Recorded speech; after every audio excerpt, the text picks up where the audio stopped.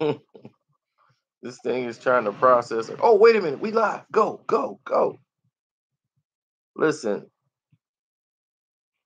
and many times you're gonna find there's a lot of people that are genuine, some that are disingenuous, and it's just the way it is.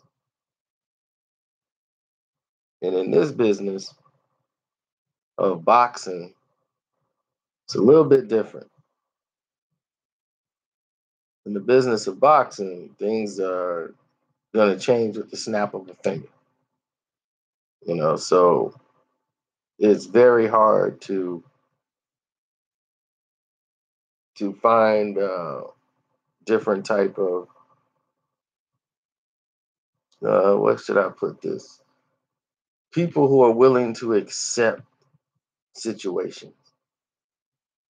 And people talk themselves out of money situations because they've never been in these money type of situations. Then you have other people who just don't know and they just want the big fight, or some that want to take easy challenges to work up to a big fight and build a platform through social media and all this stuff.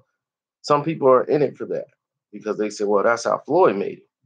Because back in 2007, when they really first heard of Floyd Mayweather, a lot of these fighters have. You got to understand, a lot of these fighters are like 22 years of age. So 2007 was like 11 years ago. Okay, so they were like 10 or 11 years old when Floyd was fighting Oscar De La Hoya. And that's where they start their careers off, with like Floyd Mayweather or boxing. It's not like the rest of us. See, the rest of us, we had a different type of introduction.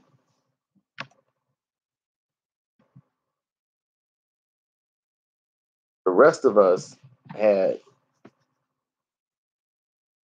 the rest of us, we all had boxing much earlier in our lives. These guys with with cable and all these other distractions, video games, boxing, a lot of them didn't get into it unless it was a pay-per-view massive fight.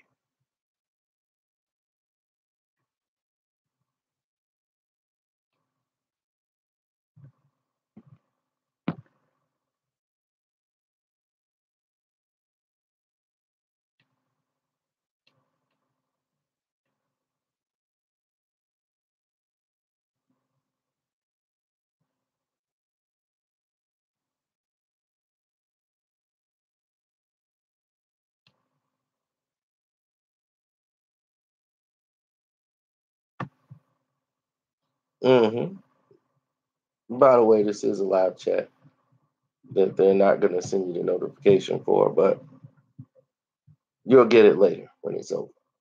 So you look at a fight like Danny Jacobs versus Charlo. Charlo's probably came up under Floyd, and he came up under Floyd at a time where being under Floyd Mayweather is a massive, massive thing.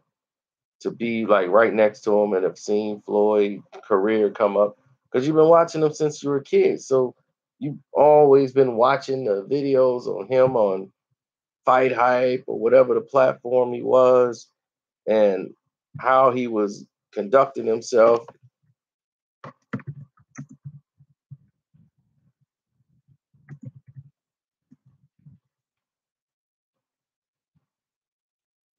So you look at it and go to yourself, wow,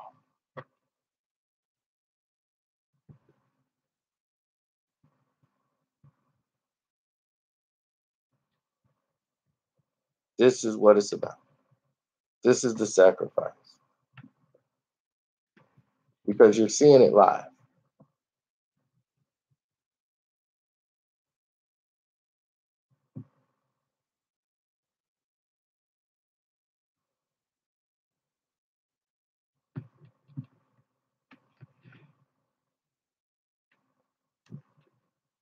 Now, at this age and this point in their careers, Danny Jacobs has got to take this fight.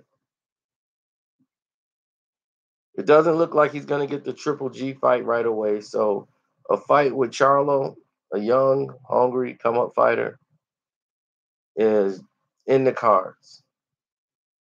Now, do I personally like Charlo? No, I don't. But do I think it's a good fight? Yeah, it's a good fight. Does it need to happen? Absolutely. It needs to happen.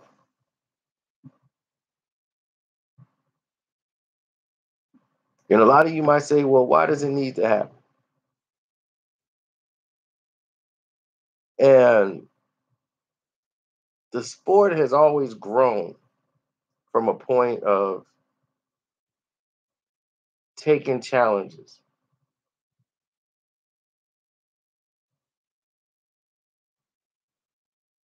There's a video already made on it, Polo 21. So if you took all these chances to become great, why now has it become a problem? Why now has it become an issue? Why now is all of these things becoming a situation?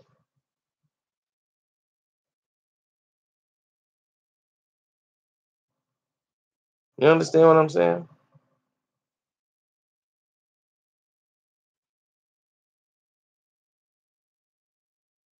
Young fighters need to fight these guys who are in their prime.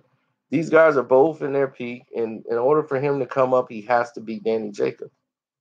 He was asking for the fight. Now they're going to use networks as an excuse. They can work through that now. They can.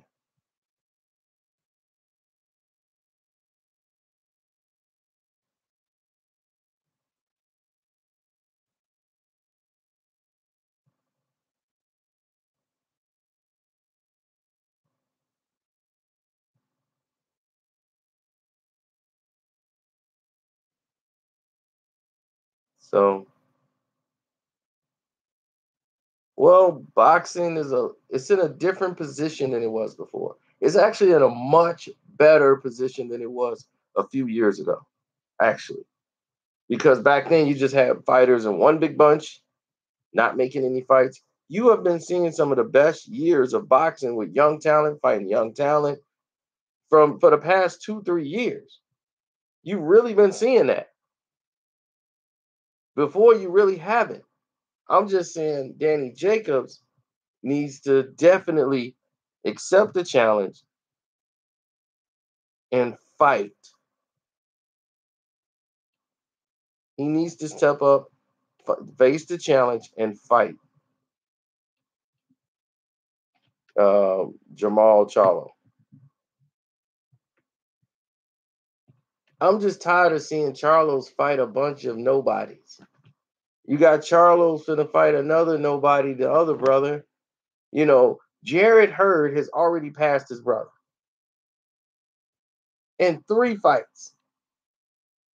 In 3 fights, Hurd has already passed Charlo. He passed Mel in 3 fights. He fought Austin Trout, Laura, and he just beat my man from Michigan. The trifecta at 154. Now that Trout's then got knocked out by Hurd, stopped in the stool, um, got beat by his brother, but I thought it was a draw. Now it's time for him to fight him.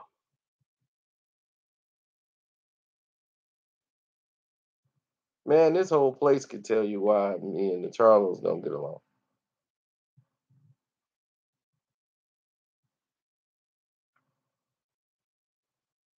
Now it's obvious that the next fight should be Hurd versus Charlo in a unification, but we're not going to see that, are we?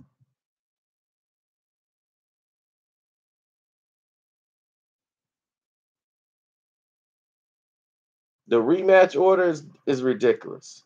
Laura does not need to fight Hurd again.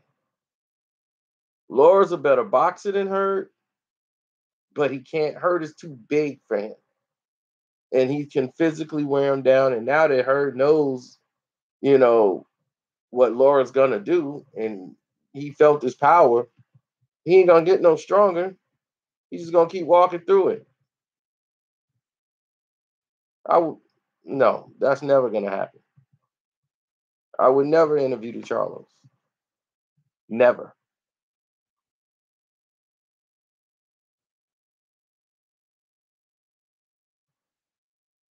The Charlos started on our website.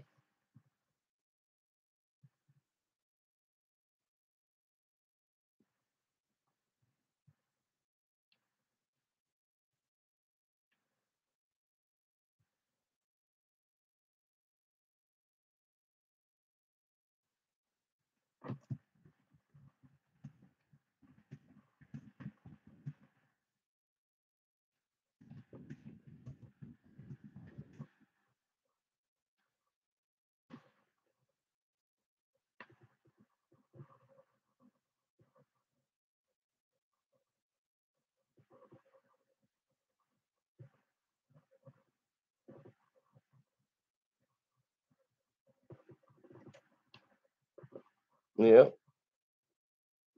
Who I think would win the fight? I think Danny Jacobs would beat Jermall Charlo.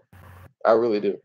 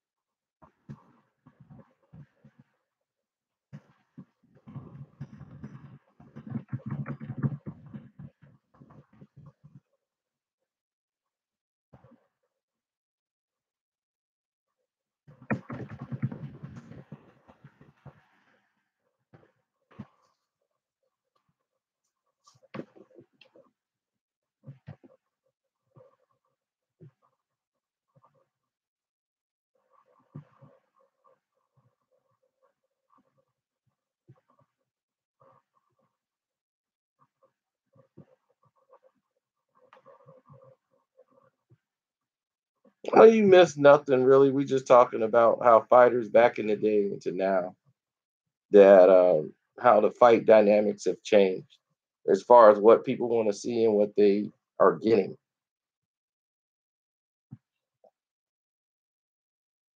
Well, if the fight ever is to take place, I'm definitely going to take Wilder over Anthony Joshua.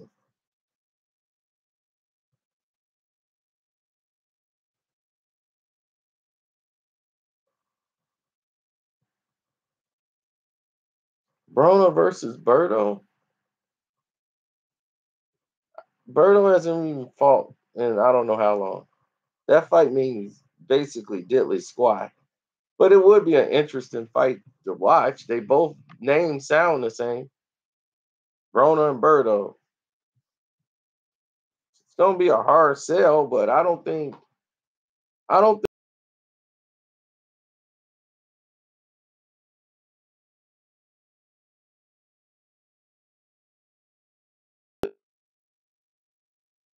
see I already did it. I mean Berto's mine, not Broner's.